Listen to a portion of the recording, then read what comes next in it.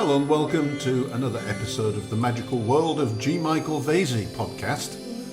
And this episode I'm going to do something just a little bit different and tell you about some of the experiences I've been having recently dowsing energy lines here in the Czech Republic. It's a shorter episode than usual, but I think you'll find it informative and hopefully interesting. Please do like and subscribe and follow the podcast wherever you listen to it. It really helps me attract other guests to the show if I'm getting reasonable listenership. So here we go. This is my story about tracking energy lines in the Czech Republic and what impact it's had on my life. So in this episode, I'm going to tell you a little story. I started a few years ago with a pair of dowsing rods, dowsing around the castle that sits behind me. I found a bunch of energy lines and I set out to follow them across Brno. The more I looked, the more lines I found, and the harder and harder it became, literally having to walk every street in Brno, tracking all of these different energy lines and trying to make sense of where they went and what they meant. In the process, I found out a lot about myself through the lines. The lines would take me to places that I'd not seen in a long, long time. Some of the lines seemed to join children's playgrounds. Some of the lines seemed to run through very close to homes that I'd lived in over the last 14, 15 years. The energy lines seemed to be like a Wyrd Web spun just for me. They turned reality back on itself at me. I had some very strange experiences too. I would find little white and grey feathers everywhere that I went, dowsing these lines. Sometimes the feathers even fell from the sky around me. Sometimes I parked my car, opened the door, and there was a feather on the verge. And feathers weren't the only things that were a part of this journey of mapping these energy lines. Butterflies everywhere, in the most surprising places and at the most surprising times, often landing on me. Sometimes literally hundreds of them hovering around where the energy lines seem to go.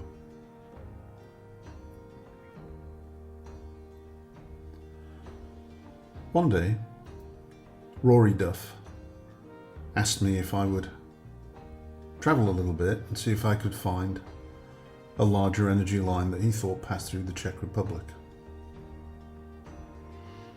So I picked a suitable day and I set off. And to my utter amazement, the first thing that I found outside of a 14th century church was a 25 pace wide energy line. Now, why was this surprising to me? Well, because most of the lines that I was mapping in Brno up until that point were 8 paces or 15 paces wide. They were pretty thin. So 25 paces seemed like huge, incredible line of sound energy. I emailed Rory quite excitedly. I found a 25 pace line. About an hour later I got a reply. Yes, but you're looking for something that's more like 90 paces wide. 90 paces wide? I couldn't believe such a thing existed, and yet, later that afternoon, in the middle of nowhere, I found my first 90 pace wide line. When the rods crossed, and I carried on walking, and walking, and walking, and walking, until the rods uncrossed 90 odd paces later, I just couldn't believe how huge that sort of a line could be. A few months later, I found myself going to a town called Yindriku for Reddits. This is a town, as I said, west of Brno. It's an old town. I'd been there many, many times before.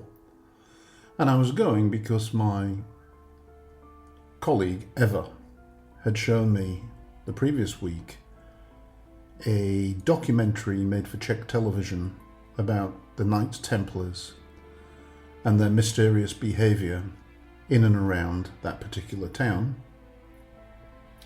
And she'd kind of translated the story for me. And if it hadn't have been for her, I would never have known this, because everything was in Czech and I would never have found the video, never have found the documentary.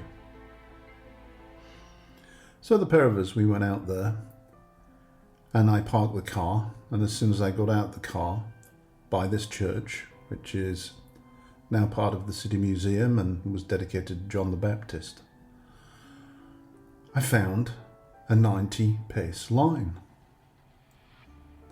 As we walked into the museum, I discovered another 90-pace line.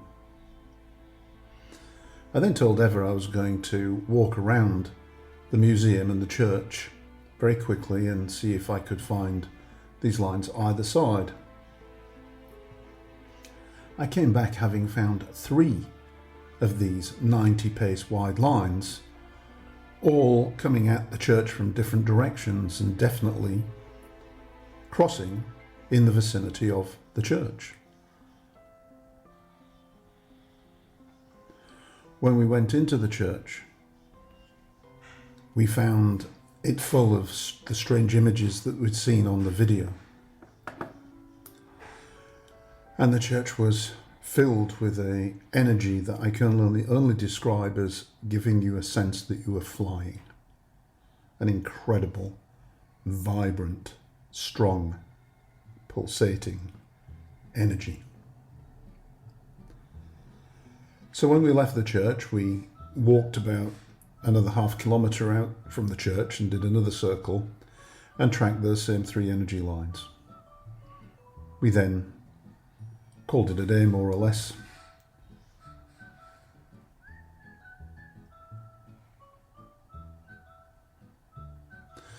A little later, we decided to head back out there and follow the road back towards Brno through a place called Telch, which is a very beautiful old town with a wonderful square and lots of interesting buildings and a Templar tower.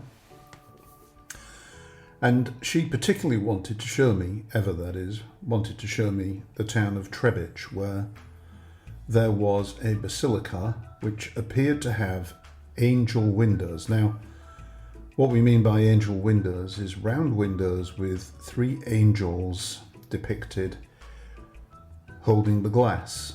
And she had seen a similar window in a church in Spain in a Rory Duff video about finding the Holy Grail. So she felt like there must be some kind of a connection to the Templars.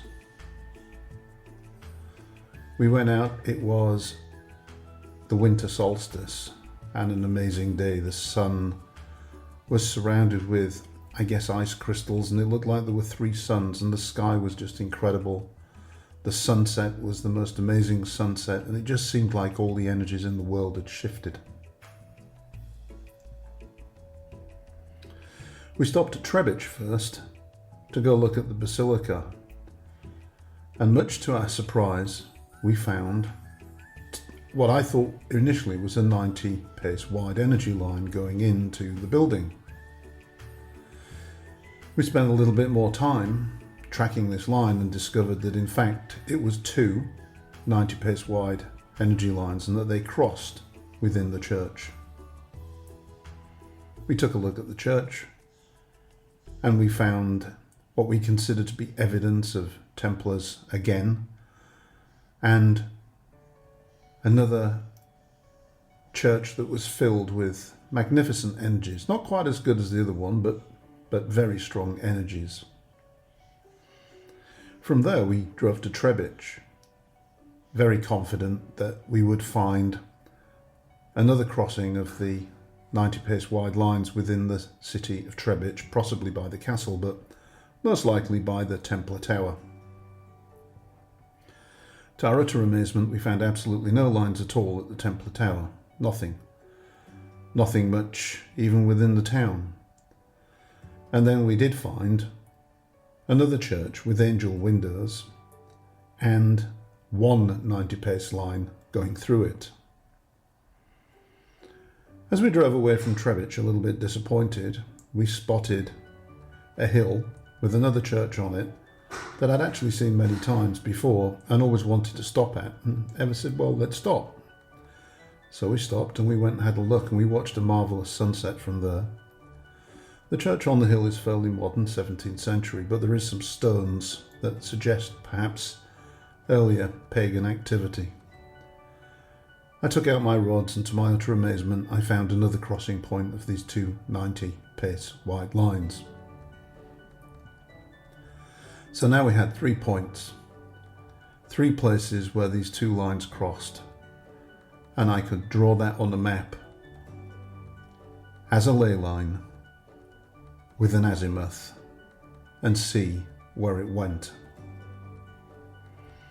Because of the Templar involvement at some of the places along the line, we designated this line the Templar line. It seems to run from La Rochelle in France all the way to somewhere south of Kiev and beyond.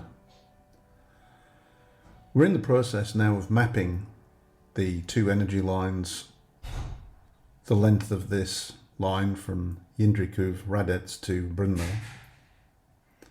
and we're having fun with that. And we're trying to see if there are any other crossing points on the ley line and what kinds of discoveries we make on these energy lines along the way. We feel pretty much like, I suppose, Hamish Miller must have felt when he and his colleague were mapping the Michael and Mary lines.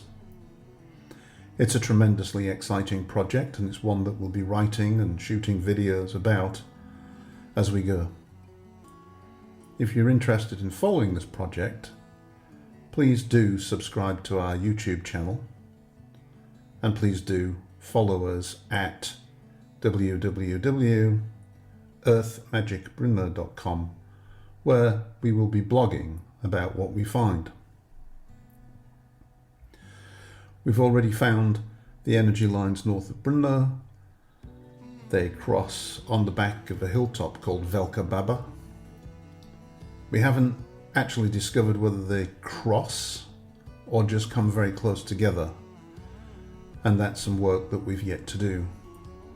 But in between there, Trebich, Telch and Yindriku Radec, we still have a lot of work to do mapping these two energy lines and where they go, what interesting sites they may pass through, and what lessons they may bring to us in terms of what I call bending reality back in on itself and presenting us with a variety of personal, meditational experiences.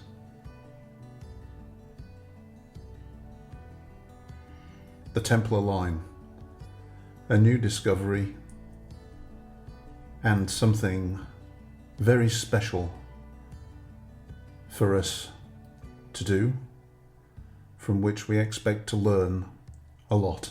We'll keep you posted. This is G. Michael Vasey with The Magical World of G. Michael Vasey.